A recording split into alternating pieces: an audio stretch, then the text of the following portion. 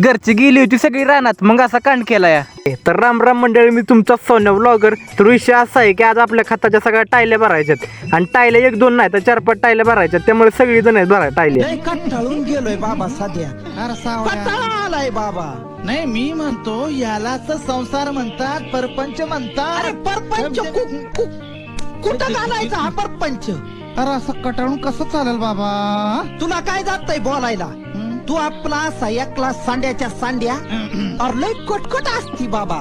अरे त्यातूनच आपल्या आयुष्यामध्ये काहीतरी आनंद शोधायचा. आणि झाल्या सगळ्या एकदाच्या सगळ्या टायल्या भरून आणि आता चाललोय खाली करायला. घरी आलोय म्हणलं जेवायच्या आधी आपलं गुरांना खायला टाकावं. आणि बघतोय तर काय पुढं अंडी 2 गावलेत. मग आता काय चिंगळ आमच्या कोंबड्याकलेले इंटरनॅशनल कुठं पण अंडे गावतात आणि ती नेमकी मलाच गावते.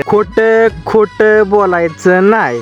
कुणी असं कांड केलेत ना, अंड्याचे पोळे तोडून खाल्लेत, त्यांनी मला नक्की कमेंट करून नक्की सांगा.